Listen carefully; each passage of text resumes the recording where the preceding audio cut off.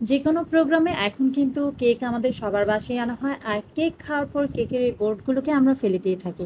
আজকে দেখাবো কিভাবে আমরা জিরো বাজেটে কেকের এই বোর্ডগুলো দিয়ে ঘর সাজানোর জন্য সুন্দর একটা ওয়ালম্যাট তৈরি করতে পারি। এখানে কেকের বোর্ড আমি নিয়েছি, বোর্ডটাকে আমি সুন্দর করে ধুয়ে পরিষ্কার করে নিয়েছি। এখন আমি এখানে পেন্ট করে নিচ্ছি। আমি যেহেতু একটা পুকুর, আর পুকুরের মাঝে হচ্ছে শাপলা ফুল আঁকবো, তো সেই কারণে প্রথমে আমি আগে পুকুরের শেপটা দিয়ে নিচ্ছি। আমি প্রথমে পেন্সিল স্কেচ করে নিয়েছিলাম, দেন আমি দুই পাশে ব্ল্যাক কালারটা ইউজ করেছি, আর মাঝখানে হচ্ছে আমি অ্যাশ কালার বা গ্রে কালারটা দিয়ে দিয়েছি। এখন এটাকে আমি কিছুক্ষণ শুকিয়ে নিব। এটা শুকিয়ে নেওয়া হয়ে গেলে আমি শাপলা ফুলের যে পাতাগুলো সেই শেপটা দিয়ে নিব। প্রথমে আমি হোয়াইট কালারটা দিয়ে বেস করে নিচ্ছি, যেহেতু কালারটা ব্ল্যাক দিয়েছে। ব্ল্যাক কালারের মধ্যে যদি আমি সরাসরি সবুজ যে কালারটা সেটা ইউজ করি, তাহলে কিন্তু রঙটা ফুটবে না, দেখতেও ভালো লাগবে না। সেই কারণে প্রথমে আমি আগে হোয়াইট কালারটা দিয়ে বেস করে নিচ্ছি, তারপর আমি সবুজ কালারটা ওপরে ইউজ করব। সবগুলো পাতায় কিন্তু আমি সবুজ কালারটা দিয়ে করব। আর এখন অনেকেই দেখি যে নিপ্পন আর্ট করেন, তারাও কিন্তু আপনাদের এই নিপ্পন আর্টের জন্য এই কেকের বোর্ডগুলো ব্যবহার করতে পারেন। নিপ্পন আর্টের জন্য কিন্তু আমরা বোর্ড কিনে এনে তারপর আর্ট করে থাকি। তো যাদের বাসায় কেক আনা হয় তারা এই বোর্ডগুলো সংরক্ষণ করে রাখবেন, এবং আপনারা চাইলে এই বোর্ডগুলোতেও কিন্তু নিপ্পন আর্ট করতে পারেন। সবগুলো পাতাতে সবুজ কালারটা দেয়া হয়ে গেছে।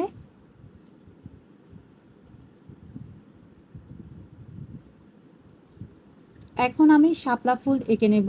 আমি অনেক আপু ভাইয়াদের ক্যানভাস পেন্টিংগুলো ফলো করি, তাদের আর্টগুলো মনে হয় দেখলে যে ফুলগুলো একদম জীবন্ত। তো আমি আসলে আমার কাজে এতটা পারদর্শী নই, আমি শুধু চেষ্টা করেছি ফুলগুলা ঠিকঠাক মতো করার। জানি না কতটুকু হয়েছে। আমি চেয়েছিলাম জীবন্ত আর ফুটন্ত শাপলা ফুলগুলা তৈরি করতে, হয়তো তেমন একটা ভালো হয় নাই, তারপরেও আমি আমার মানে বেস্ট দেওয়ার চেষ্টা করেছি।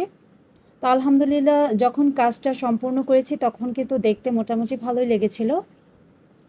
সবগুলো ফুল আমি হচ্ছে সাদা কালার দিয়ে করে নিচ্ছি। আপনারা চাইলে এখানে একটু বেবি পিঙ্ক কালার মিক্স করেও করতে পারেন, সেই শাপলা ফুলগুলোও কিন্তু দেখতে সুন্দর লাগে।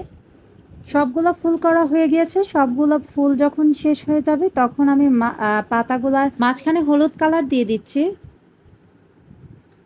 তারপর আমি একটা নষ্ট তুলি নিয়েছি, এই নষ্ট তুলিগুলোও রেখে দেবেন, মাঝে মাঝে আপনাদের পেন্টিংয়ের কাজে আসবে। সেগুলো দিয়ে আমি ফুলের ভেতরে যে শিরাগুলো থাকে সেগুলো দিয়ে দেওয়ার চেষ্টা করেছি। এখন আমি হোয়াইট কালার দিয়ে পাতার ভেতরের যে ছোট ছোট শিরাগুলো থাকে চিকন চিকন, সেগুলো দিয়ে নিচ্ছি।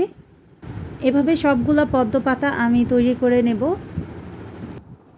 পাতাগুলো শেষ হয়ে গেলে তারপর আমি পুকুর বা নদীর পানিতে যেরকম পানির একটা স্তর মানে ধাপে ধাপে বোঝা যায় সেরকমটা দেওয়ার চেষ্টা করেছিলাম। জানি না কতটুকু হয়েছে। আমি একটা আপুর পেন্টিংটা ফলো করার চেষ্টা করেছিলাম। আপুর কাজগুলো আসলে এত বেশি সুন্দর যে আমার মানে দেখার পরেই এই পেন্টিংটা অনেক বেশি ভালো লেগেছিল।